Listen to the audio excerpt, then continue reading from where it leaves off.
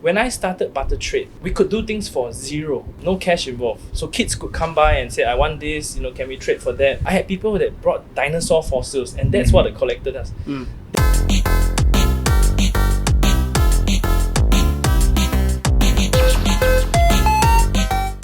Okay, welcome guys. We're here at a new location. And we're here for another episode of the Gold Nugget Gang Podcast.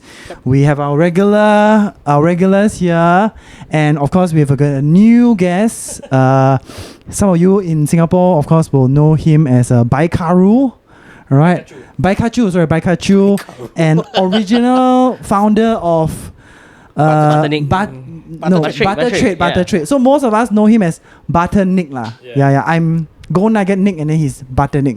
You are Gengar. I'm Gengar, yeah. Nick Gengar. Nick 2. So where we are today, we are actually in Nick Tan's house, a new house. We can see all the collectibles that he's laid out for us quite nicely. Cave. His collector's cave looks like a man cave. We'll show you some behind the scenes footage. Looks a bit like the BarterTrade shop at the early stages also.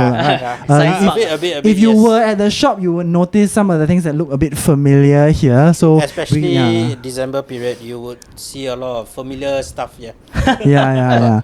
So this is where we're at today. So why don't you just tell us a bit about yourself and what you've been doing? If people have missed you at BarterTrade, they're like, hey, where's Nick? But maybe just share with us what you've been up to. They still ask that, but what you've been up to, what you're doing, what you've been collecting, and how's life for you overall? Okay. Yeah. Very nice. Thanks for welcoming me.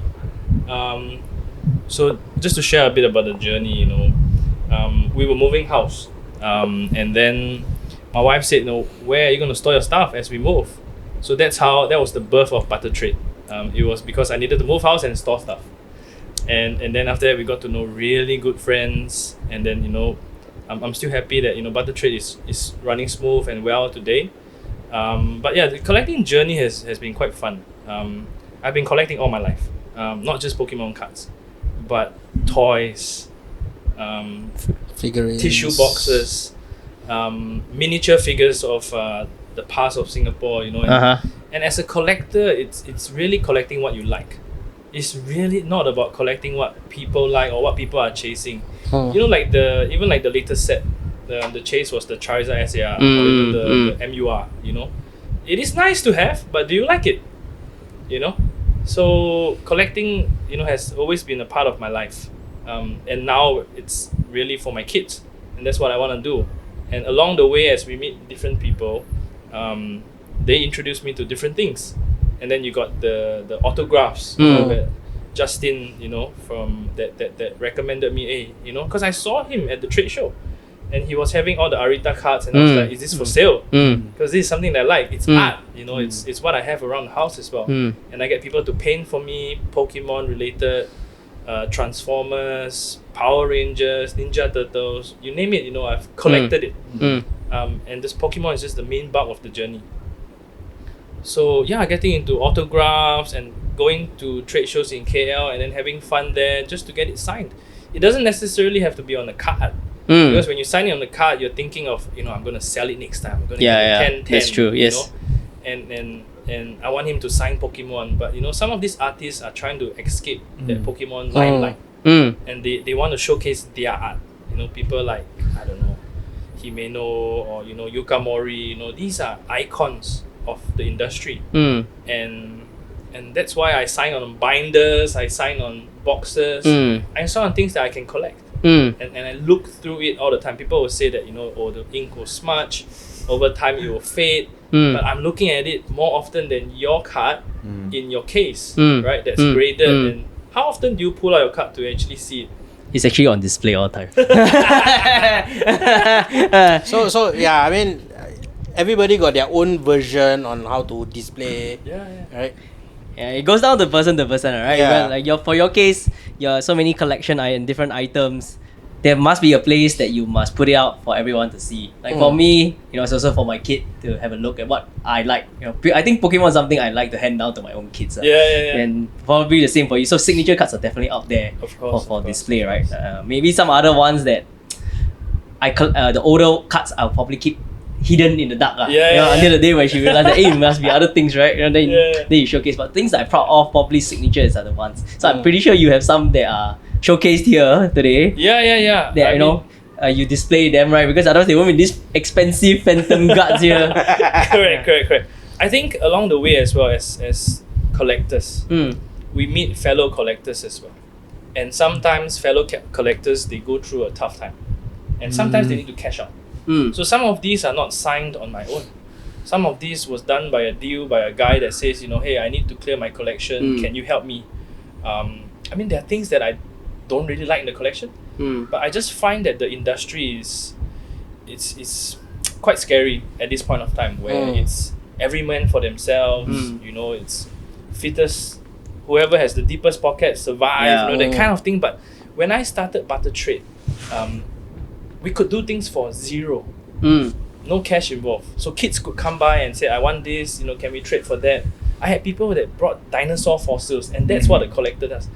That dinosaur fossil will not bring me much value, but wow, that conversation was a different level. Spinosaurus jaw, T-Rex tooth, and things like that for a Godzilla poster. And we had a wonderful conversation, that's one. And we had a living fossil from many years ago.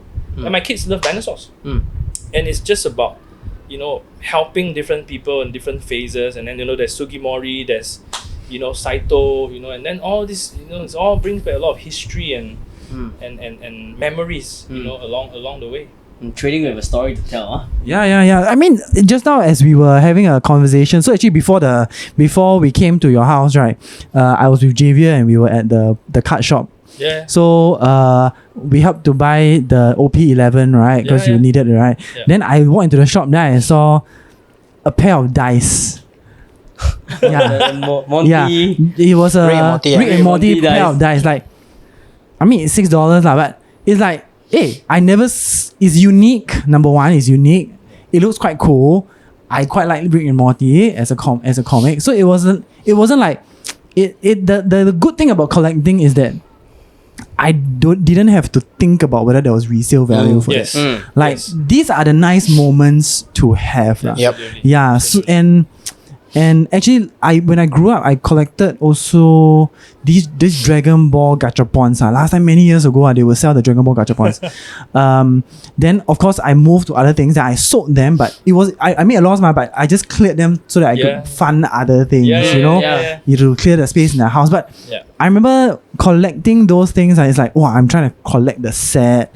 Then it's also fun because you find, instead of buying one from you maybe try to find a store that sells one full set. Then it saves you the time of going and hunt for it as well. Yeah. But actually, just now when I was buying the dice, right, then I was just thinking like, these kind of moments, as somebody who buys and sells with the shop, these kind of moments I find quite rare to find. Like, because now I see Pokemon cards, right, and it happened because I saw a box just now, and I had to buy a box, the Reshiram box. I was thinking to myself, okay, if I buy this box at $90, there's how many packs?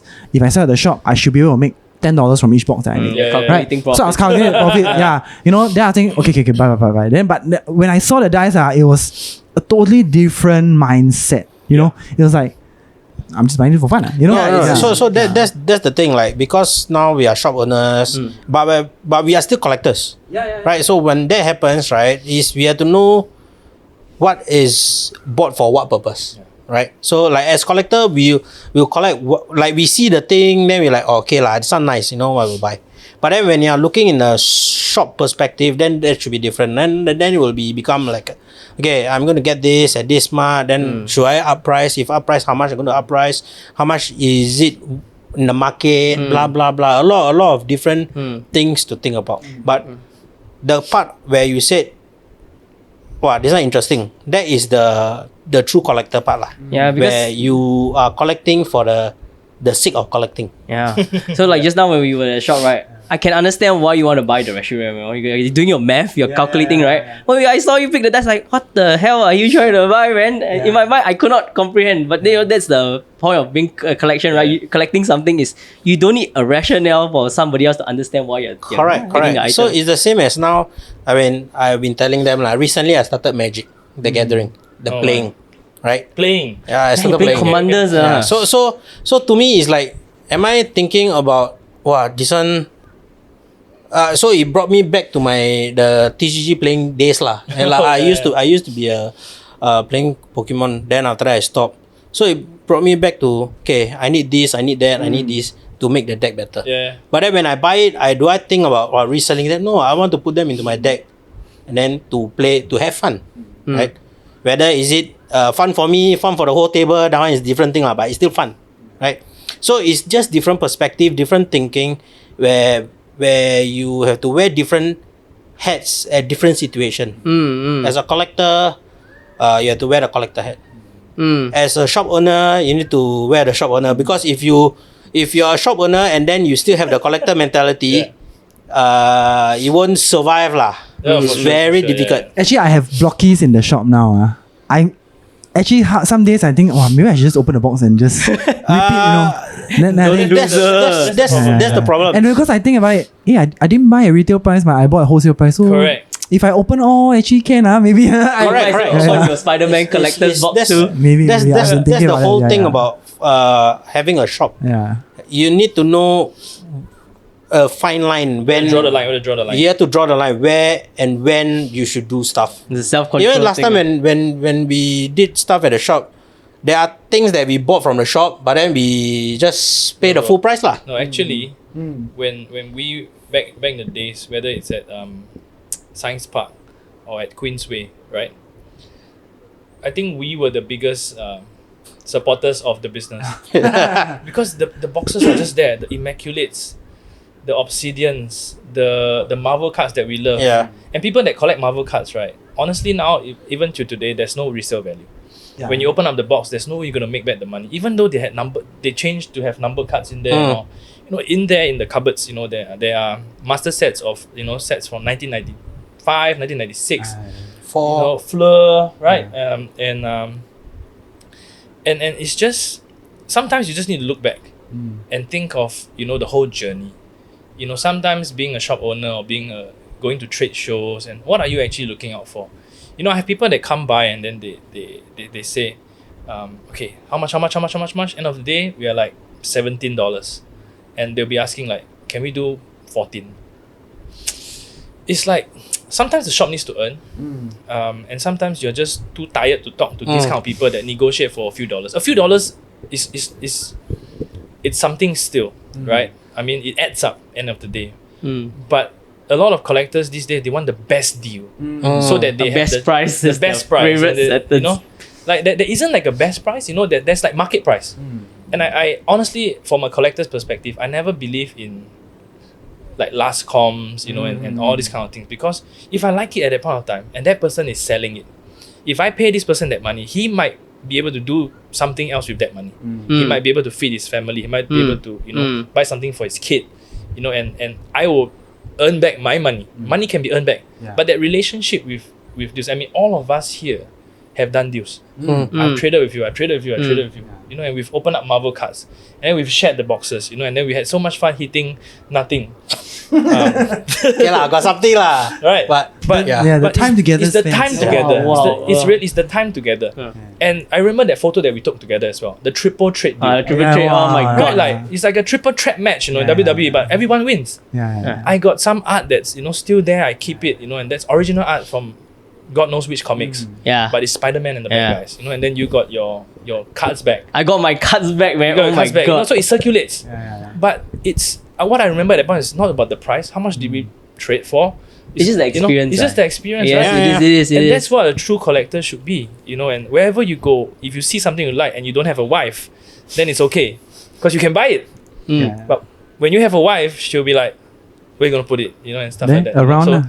So I used to have a room full of Collectibles. A whole room in a HDB flat, right? So it's literally this size. 2 walls, my gaming set and everything, statues, hot toys, bear bricks, action figures, Transformers, statues. so it just grew bigger and bigger and bigger. Yeah. It started off with Corinthians as a football player, you know, the Corinthians Pro Star. Then I got my friends to custom because I love art. You know, that it just grew bigger and bigger and bigger and bigger. And then as you have kids, the collection gets smaller and smaller and smaller and smaller. You know, so. But I think it's in, like you're talking about the nowadays like sort of survive and then a few dollars negotiation. But I maybe as Singaporeans naturally has this Bargaining nature, right? And that is the part of the enjoyment that they want to do it. They're like, oh, you got the best deal. I shaved $3 off. It's true. But sometimes they actually negotiate for $1. Yeah, just for fun lah. Just for fun. No, it's like, hey bro, 21, 20 lah. They round it up. It's like, it's either having a whole number. Why not? But the fun part is to lock them in and see them whether they commit to their prices or not. So that's why shops have to mark up a little bit because there are people that come by. Yes. Yeah, give a bit of negotiation space, right? It is. And yeah. But actually, I wanted to ask, so you've been collecting a lot of things. I think apart from Pokemon, is there a new collection that you've had that you've been enjoying quite thoroughly? You know, in terms of just, you know, from your collection. Because if we see a collection, you got a lot of things that you got. Yeah, it's very diverse. You have no got some focus. statues. I have no focus. Yeah, but what is the one that you recently? I mean, Pokemon everybody will talk about, right? Yes. But what's something that you actually enjoyed quite a bit recently? Okay. So, I think I took a step back, right, in the collecting scene. Yeah. From BarterTrade, from my account, focus on the family, the job and everything. Because that pays for the collection. And that pays for the hobby. Of course. Being a collectible shop owner, you know, you're not able to actually pay for your hobby. You can pay for the wax, as you call it, you know, the stock and everything, and then translate it. But it doesn't make business sense because you need to pay rent and things like that. And I call myself a true collector because it's like as easy as you want this, take it, you know.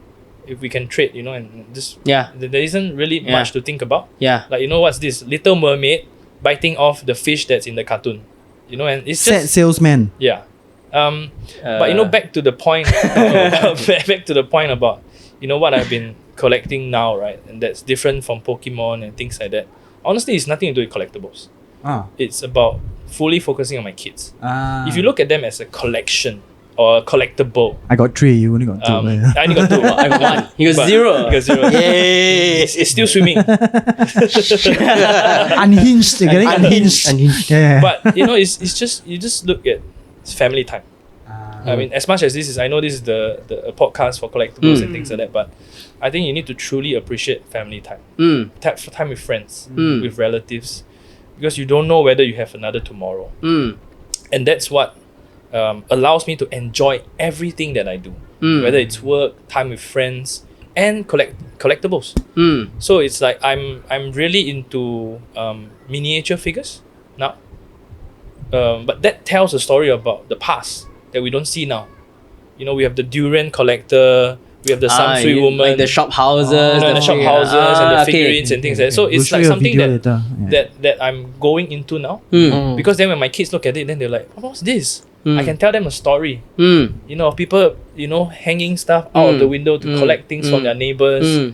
And yeah, I mean, the rest of the things, it's just as you go. So when I travel somewhere, you know, I collect a magnet, I collect a pin, you know, just to look at it. Oh yeah, I've been there, you know, and it's just going around supporting different businesses, and spreading, you know, the good vibes. Like honestly, like, you know, there's this girl that of course they left the things at your shop as well. Karanguni. Yeah. I saw her artwork that she's trying to do. It's not the most refined, but I actually paid for it.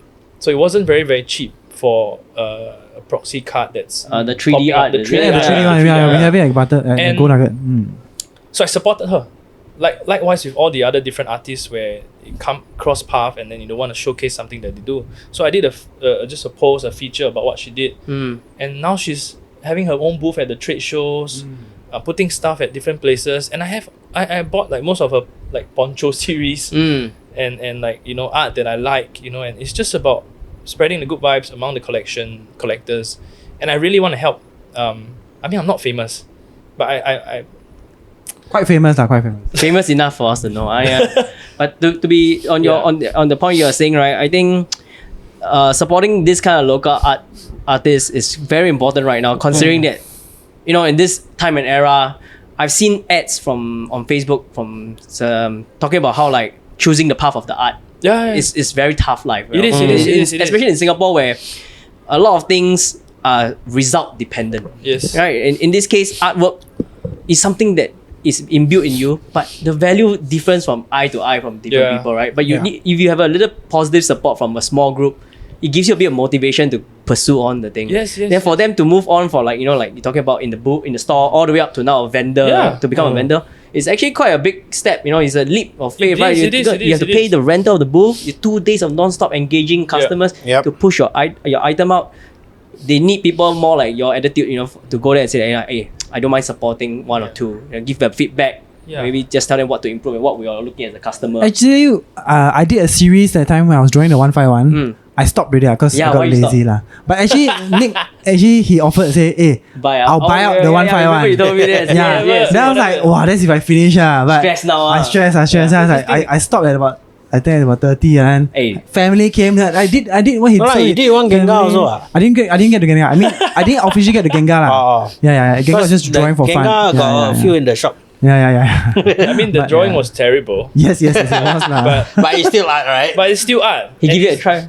Give it a try. It's supporting a friend that's trying to do something. It's true. I think something that he deep down he want to be, but he needed a push. I told him he needed a push. I wanted it. You never support me.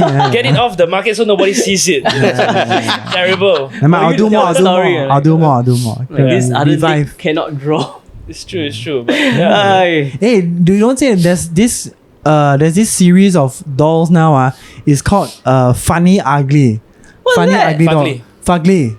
It sounds vulgar, man. It is. So it's basically a very ugly looking soft toy, Yeah, it just looks ugly, but people buy. It's crazy. That's something I cannot understand. Going to be the next what was Labubu. Please don't. It's like American Labubu. American version. It's quite interesting. There's series like Ninja Turtle and like, you know, and then there's like SpongeBob. SpongeBob's the famous one. SpongeBob and Patrick. Stresses me out. That's something that I'll collect as well because it's not kept properly. Right. So that there'll be dust that'll be collected on the thing because it's open. You can see the face and things like that. Figurines are like that, right? You meant to collect dust at some point, right? It's true. But it goes down to personal value of what they are worth, right? I collect these the So Good company, those Nindoroids, and I like those for specific Pokemon and all the anime ones. But after a while, they do collect dust, and they start piling up. You have to clean them up. It's a bit troublesome. Yes. That's the thing. Personal happiness looking at them. I think going through the collection and after that, you know, then dusting it off. That's the thing about statues and stuff. It's the collect dust part. That's why you have the Dyson free not just Dyson but dust free cabinets. You lock it in there and then acrylate. I used to have that. And had the whole XM Studios Sentinel versus X-Men. You know, it probably can fit the whole table, but I fit in my house somewhere. My wife allowed me to keep it. You know, so that's how from room to a whole cabinet, and then now to just this square here and with Pokemon stuff. I mean, if you all saw the post that I did about actual collecting for two things. One is kids at the playground flipping through boxes of Pokemon cards. That was so inspiring. You know, I couldn't give them anything. Nick obviously offered to give them Pokemon packs, but I don't know who they were. Too far. But they were fake. I knew they were fake at one glance. Oh yeah, you're talking about the IG stories. His IG. But then they were like Charizard versus Venusaur. They enjoy the moment. That's all. They enjoy the moment. It was like WWE back then, Jeff Hardy versus Dudley Boys, you know, recently they just did the 25th anniversary. They retirement match. So much memories because we played WWE cards and now we collect the face card and we can grade them. It's no longer in the binder. Right? And then the other story would be leaving something for my kids, you know, to actually not just money, but Papa's collection, Papa's legacy. What have I been doing all my life? I've been doing stupid things like collect Pokemon cards and stuff. And keeping sheeps. Right? In the farm. But then you open up like a treasure chest. This is something that they can never have. It's a time capsule for them. Because Pokemon is just so expensive. You can't even get it at 7-Eleven. Yeah, it's true. Right? Yeah. So where are they going to get Pokemon cards? You know, yes, at the shops and things like that. But when you can get it at Donation from Gold Nugget Gang. the Gold Nugget Gang, you know, in Serangoon. but they're never ever gonna experience like, okay, I have this under my bed for 10, 20 years. Now I'm 30. I found like the first edition or something. They can never do that anymore. So that's why I want to keep things now for them 20 years later, the black and white series, the mega evolutions, you know, which we had. But this is the first set, you know, that let's try to put some effort in collecting. I think we're entering the digital era right now where, you know, our kids will be probably just collecting digital items already. Yeah. They don't have actually physical something in hand. This is also partly the same thing, you know, I have the same mindset, collecting the cards, you know, I keep it somewhere. Eventually they will open it and say, hey, what the heck is this, right? Yeah. And why is there still paper sitting around here? And then you get something to tell, something to interact with. It's a story lah. Basically, it's just a iPad all the way. It's a legacy given and then story to be told. Yeah, it's definitely something worth, even if it takes up space, you know, it's worth keeping to have. Rather than the old mindset, a phase where we go through like, you know, let's get rid of it. Everything now can be digital. We can store in the hard drive and then just show it anytime we want, right? None go to cloud system. But once you enter things that don't visible, everybody wants to come back to something that is visible. Yeah. So that's why if you think about it, this whole the NFT kind of thing faded off, They wanted to go in, then after that, but that period of time it was still the COVID period. That was deep, man. Yeah. Where, you know, a lot of people got a lot of money. What's that? The monkey face thing? I don't know lah. A lot of thing lah. But then in the end, what's happening to NFT now? I can't. Yeah, it's true. It's NFT is like nothing now, right? I mean, there are still people, you know, still trying to push it. But then it's not as how it was like advertised back in the day, you know. And there's definitely a phase, and then hopefully Pokemon by our kids' time is more affordable. Although we will lose our assets that we lose the value, but that's the whole part of collecting, right? Yes, but you know, as long as we keep a piece of memory, that's okay for me. Actually, the thing about collecting now, which is quite interesting, is because like now our kids my kids now very into Demon Hunter or Demon Slayer, Korean Demon Hunter, K-pop Hunter, the K-pop Demon Hunter. So every day singing a song.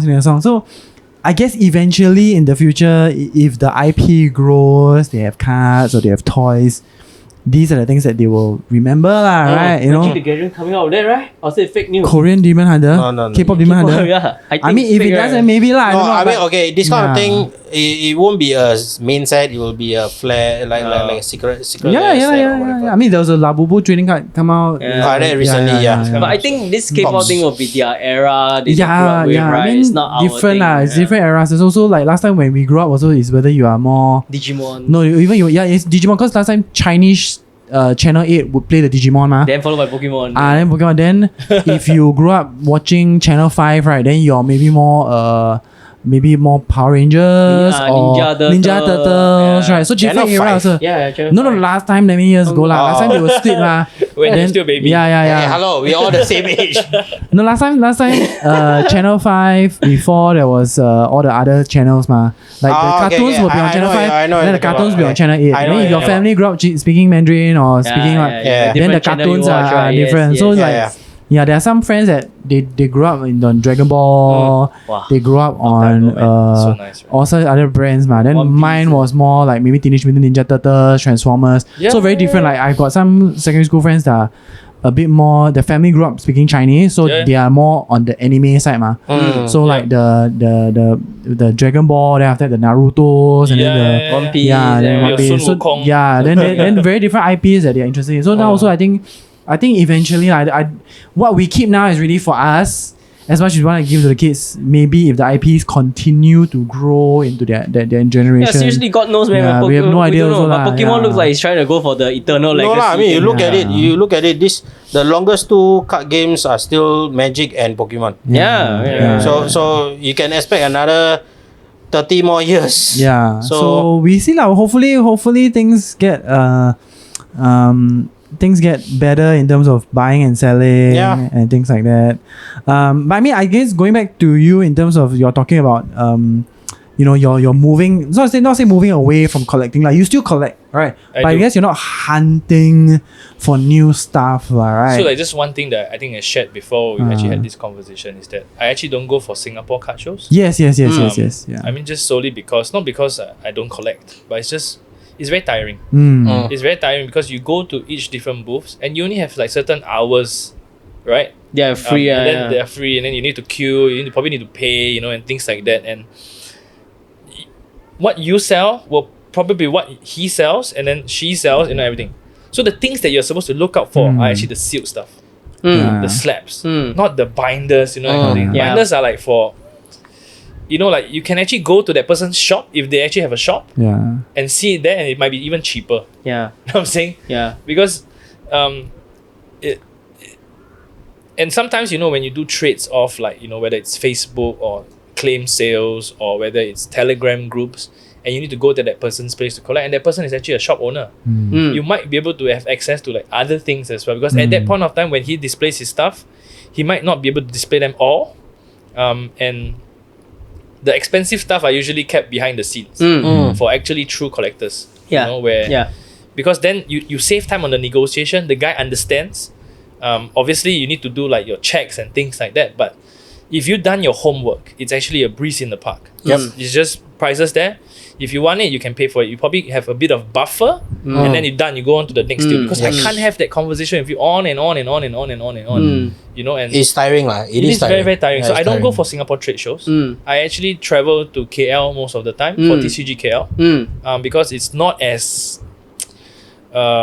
crowded, and there's some novelty factor to it, because it's not all the time. And left, right, center, every other weekend you will see a trade show. You will see something new pop up, and people think that it's easy. But there will be vendors that will sign up, because it depending on the price of the table and how much stock they have. Then they will sign up, and then they'll start selling. I can set up. We did a trade show ourselves, right? And that's the only trade show that I attended. In February. And there was, it's a very nice, cozy environment. 20 tables featuring the artists more than trading cards, and then there was comics. There were, and then there was like kind of like the beginning of everything, where people now start including the artists, and some of the artists now are being recognized by PSA, and we did it when they weren't being recognized. It was on Game Boy Touch. Actually now all can go Inbox CGC. type, All can go CGC and sign. So, but when we did it when it wasn't sexy. I know that was like So, just after SGC. Are you trying to say you brought sexy back? We did like Maybe. We did. I'm proud to say that when we started BarterTrade, it was purely for the collectors. For people to come by and have fun and chit chat and talk, and it's not about money. It really isn't. Obviously, we have our day jobs to kind of sustain the whole thing. But if we can make it into a profitable business, then we can carry on longer. So a lot of people don't realize it. Even when you go to Bangkok or even Vietnam, the third world countries, and you buy that bag and that shirt or that pen, Singaporeans will go there. We calculate it's like $10. Okay, let's do a $5. I'm pretty sure they'll do it. But come on, guys, we earn our keep, and we go there, and whatever we pay, we are actually blessing their family for that potential one shirt that you will buy, or even if it's a fake jersey, or even if it's a handcrafted item, just pay the full amount. It's not going to cost you a bomb, but it will support them to have a meal for a few days. That kind of thought process, and it's not taking ownership about we brought sexy back or anything, but we kind of started a movement in that sense where collectibles, having fun, not just cards. There was jerseys, there were comics, there were toys, there were figurines, there were keychains, there were anything that you wanted to put at the shop, we would accept. And look where we are today. Fast forward, you can already see the time BarterTrade started, there were not many TCG shops out there. You got your Concept Grading, you got your Concept City, you got your Oxley. Who else? All these are the historical stuff. Collectibles, and things like that. These are the standard few that we know the names at the start of. You look at it, they start out on streams. They start out on Instagram. Then they branch out to live, the store, they do right? TikTok. Then they branch out to store thinking it's easy. But everyone's selling the same thing. Everyone's getting their stock from the same suppliers. Whether it's Japan, whether it's US, Max Off. So then you're just competing about price, your own customer pool, right? That's right. What makes people want to come back to your shop? If it's just purely this. Yeah. That's why when we started, it's collectibles, BarterTrade. It's not like Degen Pitchy, you know, or whatever pals, you know, and there's no TCG related component to it. But we had it. We had sports, we had soccer boots, we had balls, autographs, you know, jerseys, you know. So that's the how I see collectibles. Just go in there and see what is nice. Okay, let's get it lah. But where am I gonna put it? What am I gonna tell my wife? You know, that's the whole part about collecting, right? There must be some form of smoke screen somewhere, you know, and you get to collect something that you actually like. But actually, it's a white elephant. Yeah, you don't know what's the true value, right? It's just your personal value. That's the thing with the current situation in Singapore lah. Not everybody has that mentality. Yeah. Right? Everybody is all about the price. Yeah. As in, you're going to put money in, everyone wants to have a way to exit, right? You know? Correct. It's like if I were to, like for example, if I were to buy this box out of you, and then I need to sell this. It's not about ownership anymore. It's more to transfer of the transfer of goods. Transfer of goods until eventually somebody wants to rip it open. It's just that the whole concept of collecting has diminished. In a way, right? The idea of collection is I like this, I buy this, I keep. Yes. Now is I buy this, I want to sell this, but then I need to 1x, 2x the price I paid. That is I understand the business aspect. Of course. But the thing is the whole collecting aspect, it's very it's dying lah. I think the whole point about having this chat about collectibles, and I think the friendships that we built along the way, and how we get to know each other better. I think a lot of people see me as a collector, not as a business owner, not as someone out there to make the quick buck, things like that. Now I'll probably go to the airport and then it's like, these guys, card shack, bro, your prices are extremely high. The vending machine, right? But I still buy. Yeah. Because I'm a collector, unfortunately, and in the Changi airport, there's nothing much to do apart from eat and wait. Go to the lounge and drink. Drink. I don't drink. So then it's like, card shack. Okay lah. Open, rip on the plane, see what we get, keep inside the tin, send it back here, and I don't know where is it now.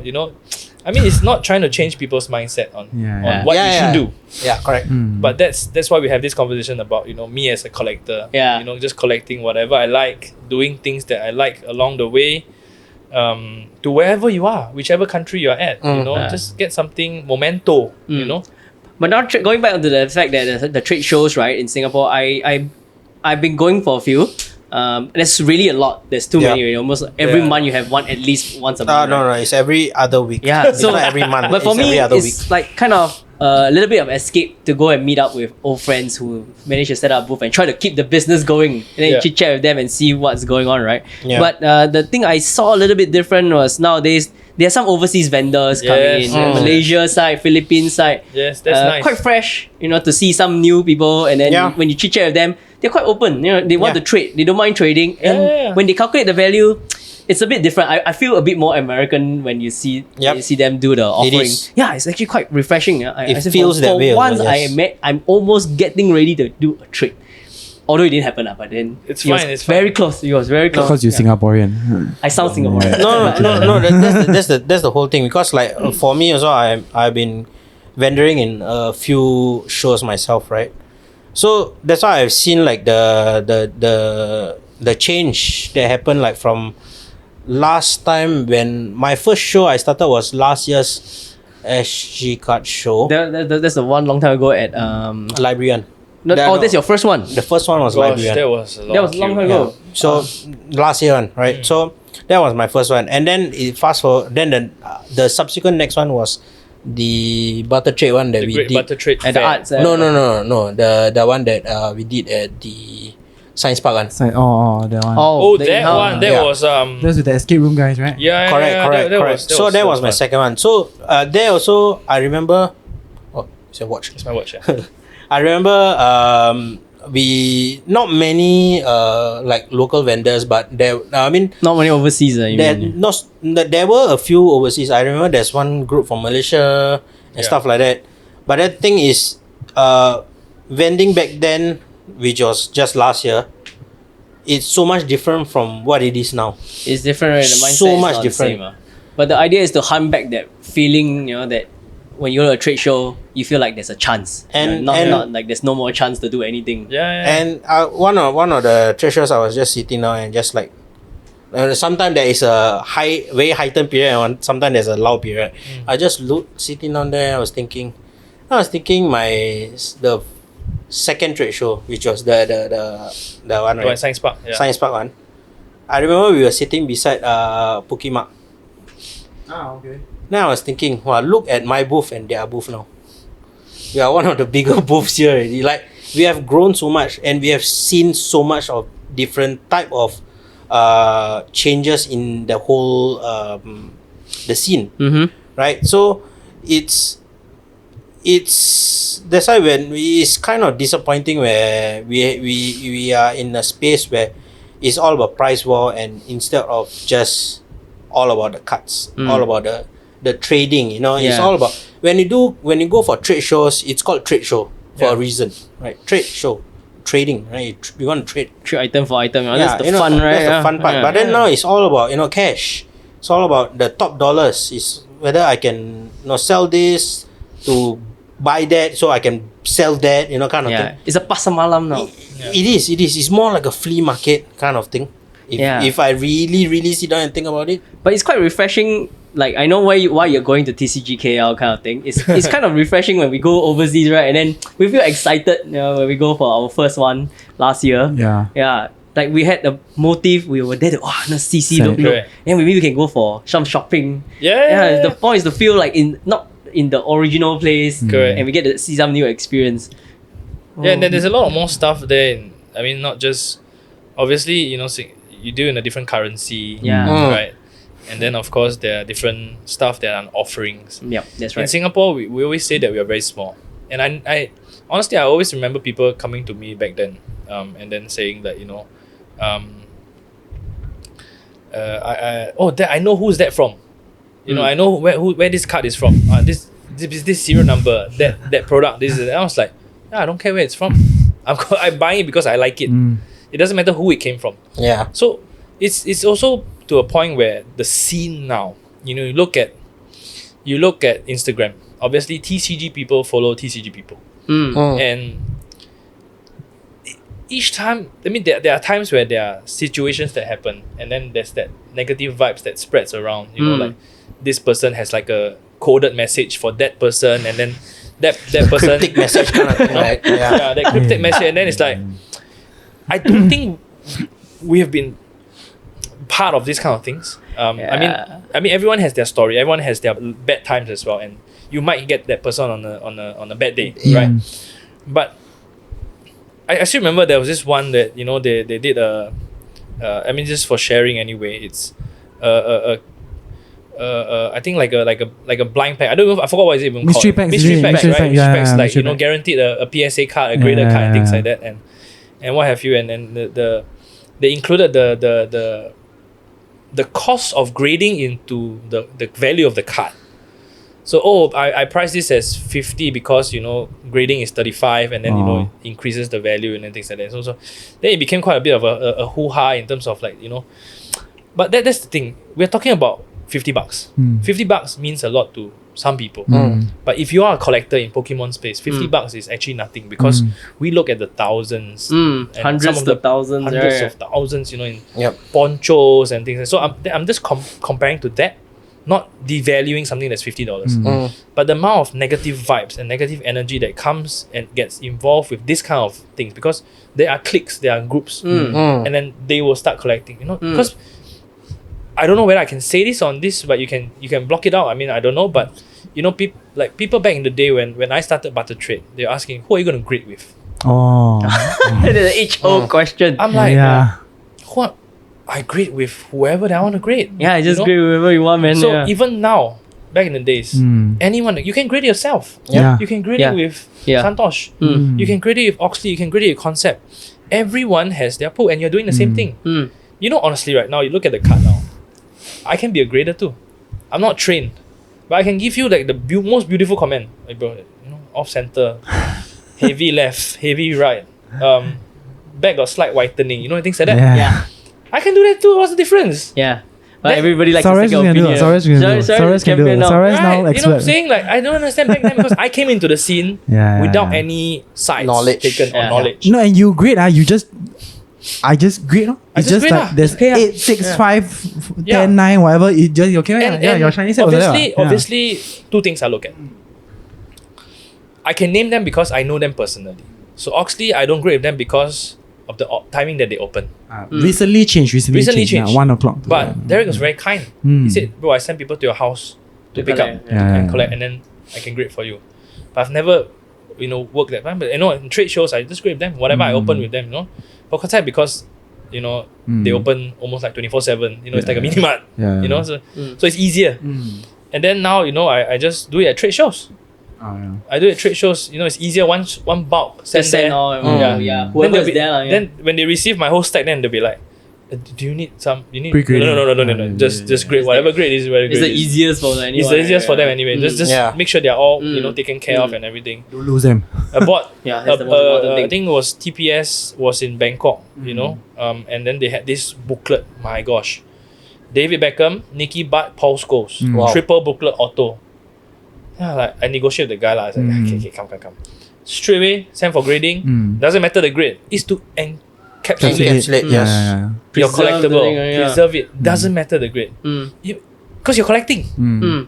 But people want a 10-10 or a 10. That's where this whole grading thing also kind of eats Different me story sometime. for a different day. Different Yes. story for It different is. day. It is. But I mean, just because we are just having a conversation, Yeah, so yeah, whatever yeah, pops yeah, up, yeah. then there's something that's very, very interesting. But just collect what you love. Yeah. Support who you want to support. Ultimately, that's the logo. I mean, that's the motto. Yeah, lah. Yeah, yeah, that should be the way. The Singapore scene for collecting is evolving. I think everybody is maturing at their own speed. Yeah. Eventually, Yeah. we'll get there somehow. Yep. When everybody figure out that they have not enough money to collect everything. Yes, Yeah. it's true. Then you just start prioritizing, right? So Yeah. that's where you collect what you like, lor. Yeah, And then that's what we say. stop following people on Yeah. their own Don't. collection. Don't. Haters ever gonna do be that. haters. Just Yeah. do Of what course, you of want, course, right? of Buy course. Rick There'll and be buy people Rick that and will hate Morty what we're dice. talking about now also. So it's like It's a waste of money. Buy Rick man. and Morty dice. yeah. Yeah, Like, what the heck, man, the dice. Yeah, You should see more random stuff here that we actually buy. I mean, To be honest, half the thing I see here is not something I'll put at home. It's because true. it's just not my thing, right? Correct, It's correct. what is in your Yeah. own personal It is, space. it is. I'm pretty sure you come to my house, you're gonna see this whole bunch of paper posters on the floor and be like, what the fuck? This guy is like Yeah. keeping janks Yeah, or yeah. junks that people don't want. it's true. It's just everybody got their own neck for Just- collecting yeah, stuff. it's just lah. your own thing, right? You know? Yeah. I think that's fair. That should be the way collecting is personal. Yeah, It's it collecting is is personal. right? It Yeah. is personal. Yes. Yeah, you should. But actually, the thing about the point that you made about like there's a lot of clicks in the logo. Singapore's small. There's a lot of clicks. But Yeah. actually, as a store owner, right, like now that we have Gold Nugget Gang, I've met a lot of new people, that are not as I've never met them before. They're not associated with any brands, and That's so cool. and actually there's quite a few. Just they don't like collectors. Like they just come in. I just want to. This looks cute. I'm just gonna buy it. Yeah, you know. it's nice, yeah. Or this pack's quite affordable. I'm gonna buy it. So actually, I'm quite appreciative of that fact that there's new people that are still coming in, and That's nice. we can still educate or Yeah. support in that sense. So I think that's sort of quite nice lah. Yeah. So I think yes, there are gonna be the movers and shakers in the Singapore Of world, course. but I still see a lot of just new collectors. They just want to open a pack and feel like, oh, I hit something. Yeah. You hit an EX and it's like, whoa, that's quite cool. I got Yeah. EX, that's nice, so Yeah, cool. yeah. I got Gardevoir is here. Yeah. Then when I see that in front of me, I'm like, oh, that's quite nice, Yeah, then I'll say, oh, here's a free sleeve, free pack or Yeah. whatever, top loaded stick, whatever you need to do. So that's quite nice. Yeah. I think for Pokemon, it's actually collecting the character that you like. It is. I love looking at binders that people have, and they say, look, all Pikachu. Pikachu is like mainstream, quite common. quite yeah. common. But it's like, look at all these blue mud, chip lah, it's a mud blue keeps, chip lah, yeah. all these mud keeps, Ah, all these coffins, Tyranitar. Tyranitar, whatever, just really. New collectors come in and then they feel like flashing that poncho or that 20th anniversary card, and things like that, and like, wow, I'm a collector. But can you imagine it's more of a status. Yeah. It's a status it's kind of like thing. Stop flexing your Festa. I didn't flex any shit. Back in the days, it's like you need to have like what, credit card, condo. The 4 C's. Now you have to have 7 ponchos. Right, you know what I'm saying? Like, okay, so you might have like 7 piece. So it's really your own personal collection and what you've been doing in the collecting journey. There are people that hit it. You know, they strike a quick buck and they have the poncho series and things like that. But do you really like it? Do you really like collecting this? Or is this because everyone is collecting ponchos and you have that poncho? Yeah. But I can tell a story as well. Yeah. But you're probably just going to talk about your ponchos. Yeah, but collecting, the whole collectible journey is about storytelling. Yes. It's not about really the new collectors that if you ever watch this, you know, collect what you love. Don't collect what people collect. Don't collect what is being advertised. You know, what's being advertised is what's being advertised. In the set, there will be hits. You might not like that hit, so collect that EX card that you like of that Kangaskhan in the Mega Evolution, right? Because we grew up with the 151. Yep. So if it's like a Mega Lucario, it's like okay, but if it's a Mega Venusaur, you know, and my kids these days. It's so fun, you know, to engage with him with Pokemon, and that's part of the collecting journey as well. That now he's watching Mewtwo Strikes Back, and he's understanding the 151. Yeah. Right? He's like Charizard, go versus Venusaur, Blastoise, Mewtwo, Mew, and he's like, Papa, can I have one more Longan that day? I said, can. Name me 10 Pokemon. Wow, not bad. So 10 Pokemon for Longan. He's gone. Charizard, Blastoise, Venusaur, Mewtwo, Mew, Pikachu. Then he'll be like, Fennekin. I was like, Fennekin?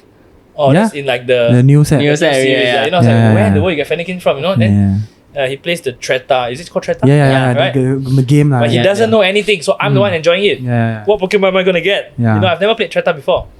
Now, So he gets- Meta Star. It's different already, it's different. Yeah. So it's like, I'm just trying to influence him. He might not like Pokemon, but even if he doesn't, it's okay. When I'm 60 years old, I'm going to rip everything that's under his bed right now. Yeah. That's his, you know. Good on. Don't forget your daughter also want to read. But the main thing is that at least he knows what roughly it is. Yeah. Better than you say, hey, what the heck is this growing It's below my bed, right? It's true. Yeah. He doesn't know. He's not gonna. He's not able to lift up the bed. So For now. that's too bad. I mean, he probably won't know what's underneath as well. For now. Well, hopefully the day comes where he understands what is below his Yeah, bed. like- It'd be quite scary, you know. Last time, you know, I needed some money to buy Pokemon cards, right? So my dad would hang his trousers at the back. And I'll reach in and I was like, oh, one whole stack of money, $50. I was like, put it back, I'll just take one. He probably won't know. I don't know where he knows, but I'm not telling you how to steal. It's a bad thing to do. But I went to 7-Eleven, bought the packs, ripped, and had so much fun, you know? So back to the point, I'm just afraid that, you know, when he sees that, he doesn't steal my money. He just goes under the bed. That's why I said you never For know. now. He opens up all the boxes there and then like, yeah. It's for opening. See it that way. Yeah. I'm looking forward to actually opening. He might want me to be a streamer. He might want to do Could some be, content. Yeah, who knows? I don't know. So I'm just preparing for the time because kids grow up really fast. I think you can attest to that. And I just want to be there for their childhood and then be there when they need me, you know, and then I've done my job as a parent. I think this is the time where Singapore is trying to push for that, right? You know, spend more time with your kids. Make sure that the legacy is passed down, the knowledge is passed down, the kid grows up at least to be a decent person. Lesser screen time. Yeah. Lesser screen time. But Screen time. screen time is impossible to stop right now. It's to be impossible. zero. Cannot go to zero lah. Cannot go to Yeah, zero. it's not possible. I think even if you go in school, learning is done with screen. Yep. Yeah, teachers' interactions there, but you know it's stressful for the teacher to even teach right now. think When if screen you time is killing we everything. can't compare what the used to be with the current We can't. situation. Yeah, no more. It's like we back then we started going school, then got whiteboard or Chalkboard. blackboard, chalkboard, Wow, the eraser, you know, that kind of thing. Transparency sheet. Those are the things we OHP. can't have the same kind overhead of projector. ideology being thrown around because It's the kids now without phone they have to have some form of Information coming in all the time. or some form of interaction, and those are the interaction they are having. No, I mean, but if I can throw it out there, right? Screen time is necessary. It's taught about in school. So even as infant, as they flash Germany Day, you know, and then they flash out, you know, like costumes, then they do the dance, the music and everything. But if I can put it out there, meal times. Meal times is the one that shouldn't have any screens. Yeah, Correct. it's true. I Yes. look at it and then it's like father, daughter, All looking at phone. All looking looking at at phone, phones. yes. and eating. Mm. Meal time is sacred. Even meal times with your colleagues. Don't eat with people that you don't want to eat. Yeah. I always eat alone. I eat alone as well. I eat alone as well. Hey, not I eat true. alone as well. You eat with me. Sometimes. You guys just had a meal together. I ate by myself. Yeah. So, but anyway, it's like meal times are sacred. Yeah. And there's a study saying that if you eat with someone, the food actually digests and they actually have like nutrients, positive vibes and things like You're that. working your body to. Not bad, not Yeah. bad. Yeah. Oh, You know what I'm sure, saying? sure. Yeah, but just spend time with family, friends, relatives, people that you love. No, that's the thing. Like, kids nowadays are just spoiled with the screen time thing, right? Even just now when you're coming up, the family, two kids just using phone. No, don't know what is happening. Like that's the thing which is wrong. Which is wrong. Another topic for another day. You should know what's Parental happening parenting. around. Yes. Yeah, You should know. I guess when Yeah when lah, you we'll chat try. about anything. But I think this is the part where the trade show comes in. Is a bit useful, right? You can bring your kids, but like you say, the queues are long. the queues are too long. Yeah, it's really squeezy sometimes. I think it was- then everything's like 1,000, 2,000. You don't want a kid to touch those things, right? And there will be someone in front holding on to that binder for 5 hours, Nobody's gonna touch it. thinking about what he wants to buy, and then he doesn't buy anything at the end of the day. Yeah. Right? That's why I don't go for trade shows. Yeah. I rather go to or even worse, take out all these, ask for a ridiculous price, then say counter offer, then it's okay, I don't want. No. Okay. Also have. There's some that counter offer. So we had that guy that No, came. then you match the price. Huh? Then you accept his price. No. Then you don't want. Oh, okay. Okay.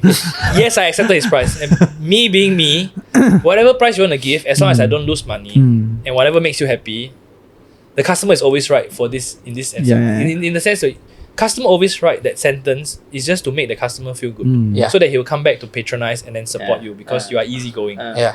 He's not going to that vendor that's not going to give you that $1 off, right? So I'm not that kind of that kind of guy. But there's a limit to everything. Correct. And for this instance, the guy came in, took out all the slabs. We did the comps. There are probably about 10 slabs, and we took out everything from the shelves, put it on the table. Probably about 1,000, and then he asked for like 750. I'm like, okay, I'm probably not gonna earn much, but at least the stock moves. So deal, 750. Okay, bro, wait, let me check with my wife. The wife come out, right? Then I just keep everything back there. Then he just walk out. Because once the wife card comes out, it means it's going to go down. it's just It's typical. I'm not gonna do the Yeah, deal, but but the deal will break down because when that card comes out, that's it. yeah. And when you have an excuse, nothing's gonna happen. That's Yeah, the same it's for true, that. it's true. Then Yeah. what's the point in coming and then doing all this Yeah work lah, yeah and then lah, getting the price and then negotiating down and then check with your wife? Yeah. So you might as well bring your wife down with me next time and then we can have a chat and then we can close the deal at that point of time, So going back to the original, as long as they have wife, everything is fine. in the collectible world, because you have a lot of things to take care of, your wife, Yeah, your yeah, family, yeah. your kids. Oh, you influence your wife to collect. Yeah, exactly. That's another thing, also. That's another thing, yes. I met my friend Yeah. in the army Mm. and today he's doing collectibles, Mm. CC collectibles. Ah. And Yeah, his yeah, wife yeah. is the face of the account now. Yeah. LC, yeah. Okay. And I mean, we do deals as well. Yeah, yeah, Easy. yeah. Binders, you have? Come, let's do it. It's not easy to find a partner who will be willing to do the same Gosh, thing. yeah, my Yeah. wife is obviously screen shy Yeah. and not really proud of my collection. But it's life. But that's most of life. us, As long as she's proud of me. Yeah. She doesn't have to be proud of my collection. Yeah. She doesn't. Yeah. Happy husband, important also. Yeah. So That's never been yeah. used. So I mean, I think we covered quite a lot. But actually, one of the things that we wanted to talk about because you've been quite viral recently, lah. For actually your ship. Ferrari, is it Ferrari, Ferrari? yeah. Why you have a Ferrari, You drive man? right a Ferrari and hey Nick, like, wow. So actually, this was the talking point we wanted to get to, lah, which is like you are building this community of collectors of sheep. Can you just maybe, since we're here, maybe you can share a little bit about that, because that's a very big project they've been working on, right? Yes, Yeah. it has been, and it pays for everything that you see. Thank you. This- You take it, you see what? No, I'm helping him to be appreciative. Oh, okay. Yeah, it's Over true. We're talking about diversification of funds. Yes. We don't use the word investments. Yes. Because investments is not in the world of livestock. You don't invest in livestock. You actually diversify and you actually put your money where your mouth is. Because that money will then become food. So you look at it as a big picture. The world is, there's too many people in the world and too little supply of food. So there's food security, there's issues, there's diseases, there's outbreaks, and countries like Singapore are afraid. Obviously Singapore and Malaysia has that relationship issues, whether it's with the water, with the borders, with the tax, or with the whatever VP, and livestock has always been a problem. That's why we buy most of our products from Brazil, South America. Then you talk about sustainability, you talk about carbon footprint. We are buying from Brazil. The flight here is long. The flight here is long. Boat ride, bro. Boat ride. The boat ride is long. Then you got the wars in Gaza or whatever, Suez Canal block, and then things delay, price goes up, you don't have food, And back in the days, I worked for a Brazilian company that supplies 70% of poultry here in Singapore. That's how much Singapore relied on in Brazil.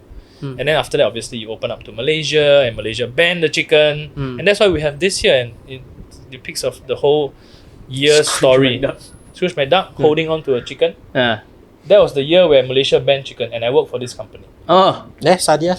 Yeah, it's all. And everybody is fighting for the chicken, but all these are like my childhood characters that I grew up with, and I just want to put it into a story. And my son, obviously, gave birth to my wife gave birth to my son, and then his hand is there, also trying to reach for the chicken, right? But back to the point, what I'm doing now, it's livestock breeding. So you actually breed livestock. You actually own the livestock. So literally, if you give me funds to invest in livestock, you own it. I don't own it. The company doesn't own it. You are the owner of the livestock. So what do? We are the breeders. That's our bread and butter. So my family has a farm in Australia, and we rear sheep, and of course from Australia to Singapore is very easy. But we didn't have that supply chain, which you require an abattoir, you require logistics and everything, blah blah blah. So we didn't. The farm in Australia sold to abattoirs. So literally what I'm doing now is I'm breeding and I'm selling to the abattoirs. Same thing. But I'm in preparation when Singapore actually approves and realizes that in 2028 Australia is going to ban livestock export for sheep. Then you cannot export anymore. You can't breed. Then where are you going to get supply from? So Australia will control the price. That's when Singapore will probably open up and say, hey Malaysia, would you like to import your meats now? Because SFA would then need to go there, source somewhere, and source right? everything. So literally, end of the 3 years, it's a 3-year program. You buy 4 sheep, you buy 10 sheep, you buy 20 sheep. We breed. We guarantee you X amount end of 3 years. You need to have some form of guarantee, right? Then what? Disease, deaths, we cover. We have vets, we have vaccines, we have everyone that takes care of it.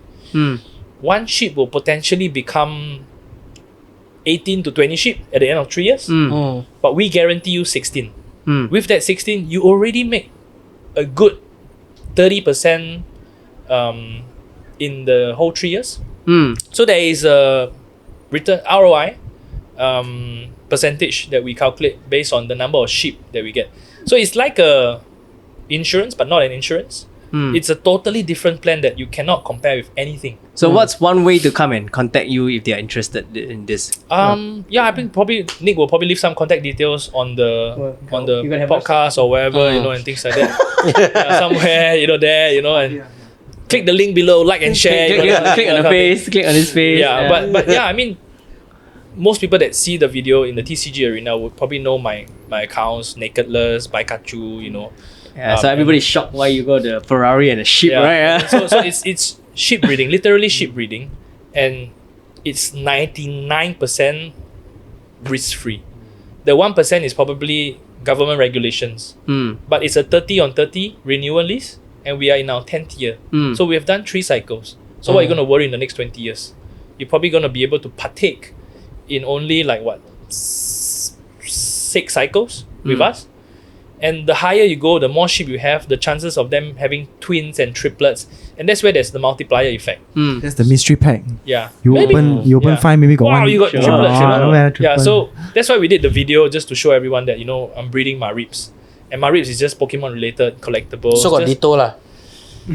I don't want to eat that Ditto. That'll be dangerous. Ditto might be something else that comes out of the ship. But you know, in the game, Ditto is the one used to breed, ma. Yes. So you are the Ditto lah, basically. I'm the Pokemon breeder. You are the Ditto lah. I'm the Ditto. I'm the breeder, Ditto. the breeder. Yeah. That's So, highly disturbing. I mean, just to sum it up, basically the returns can be quite huge, but it's only possible in livestock.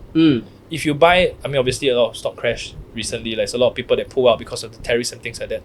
But with livestock, you don't have this problem because Malaysia only covers 9% of their own supply. The rest of the 91 is import from overseas. So what we are building here in Malaysia, Brunei, Indonesia, somewhere in Kuching as well, Sarawak, we are building cluster farms all across. Just Southeast in Asia preparation, Southeast Asia.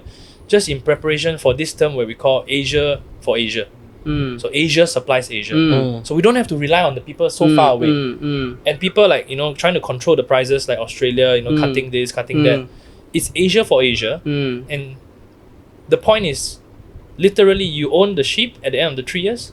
So at the end of 3 years, I'll come and find you. I say, hey, what do you want to do with the sheep? Do you want to be a farmer? You can. The sheep belongs to you. So 4 sheep becomes 64 sheep at the end of 3 years. That's the investment program. And 64 sheep will just sell. There's Korban, there's, Akikah, and then all these, religious sacrifices that they do that will guarantee you the sale. We even guarantee you the sale. So there's nothing for you to worry. Except for at the 3rd year, what do you want to do? You can be a farmer. We can teach you how to breed. You can carry on breeding that 64. But obviously you contract to us, we will buy back for you. So you don't have to worry. We'll buy the sheep from you. And we're gonna build an abattoir soon, at the farm. So that's end game. And then once it's approved for Singapore, even if it's not, we can sell to Malaysia. Yeah. So your sheep would just go up in price. Sounds like a potential. What's the minimum? So let's say for somebody like myself, if I'm interested in it, but maybe I don't have a lot of money. Like, what's the minimum buy-in? Like, what's Let's the be very buy-in? honest about it. You need 2 sheep at least, right? You can't breed with 1. Yeah. It's just not possible. I thought you were the Ditto. The program starts at 4 sheep. Yeah. For 15,000. Yeah. That 15,000 covers the feed, the vets, the everything. There's no hidden cost. You only pay 15,000. At the end of 3 years, you get back probably about 20-ish. But let's say if somebody, is there any options for let's say the 3 of us? I don't have 15,000, right? But I say I still got 5. 5K. Can do some kind of plan like that lah. Of course you can. It goes down the contract, I guess, and that's how you dropped it. Exactly. Yeah. But there will be some form of clause that when something happens to yourself, what happens, where does it go to? There is a beneficiary. So there is a continuation of the plan, even if there's 3 of you in it. Right. But just putting it out there, although it's marketed as 4 sheep, but you can actually go in 2 sheep. 7,500. So it's just half of it. But the 2 sheep, then the returns are not exactly the most exciting. But so there isn't much multiplier effect because it's just 2, then you slowly, and then a 3-year program, So there are there's a different tier, and there are government bodies coming in to support. Obviously, the company is linked to, most of the government bodies here are actually supportive of it because being a farmer is not very exciting. It's a tough job. It's not easy, and it's a while before you actually kind of see your returns. That's why we are opening things up for the mass market to come in, to come and join in this building food security, creating jobs for farmers. And these farmers are cluster farmers. They probably only have like 10, 20 sheep to take care of, and then that's their rice bowl. But by you coming in to invest, and you're getting your returns, it's all in the service agreement. We cover death, disease, we guarantee you the sale of the sheep and everything, so there's nothing for you to worry. I mean, it's not a scam. You can look at you can go to the farm. Everything is guaranteed. Yeah. Sounds like actually a family time. So bring your kids, go and have a see. Instead of screen time, you get to see. So where is your shop at? I mean, the farm. The farm is in Desaru.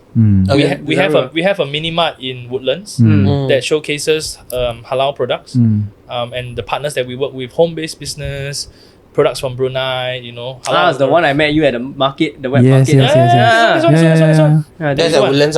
That's at Woodlands. Sells Pokemon cards also, right? You still sell Pokemon? We have some Pokemon cards. Halal Pokemon cards. Non-halal. It's pocket monsters. Yeah. But back to the point about the Zero, there are camels, ostrich, horses. It's ecotourism. We're building aquascape. We're rearing fishes. There's so much things that we're doing there, and there's a children's playground. There's hydroponics.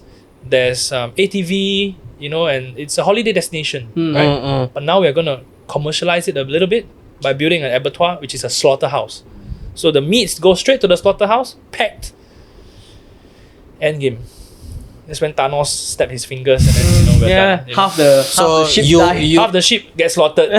So you from Ditto become Thanos lah after that. Yeah. The same colour. Upgrade. Yeah, change lah. Draw. That one is pink lah.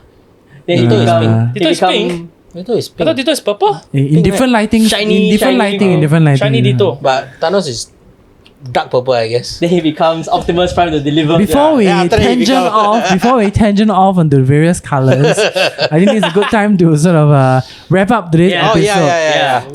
It's a But long I chat. think we've covered quite a lot in terms of collecting, what's fun about collecting, what you should consider, the new people, and even collecting sheep, right? So I think that's something that we've spoken about. And thanks very much, Nick, for having us and hosting us in You're your welcome. place. House tour soon. We'll do a house tour after this, and then follow us on our socials, and then we'll be able to sort of have any Follow questions. him also, I mean, if you have If you want to come and see his house, maybe he'll open a tour. You can pay for tickets to come and see his museum. Free. Yeah. It's free. Just need to block the correct timing. Bring things to trade. Bring things to trade. I don't mind. Yeah. So this is the new BarterTrade Choa Chu Kang branch. BarterTrade shop Choa Chu Kang branch. I just leaked that we're in Choa Chu Kang right doesn't now. matter. Yeah. But Free sale. drop him a message.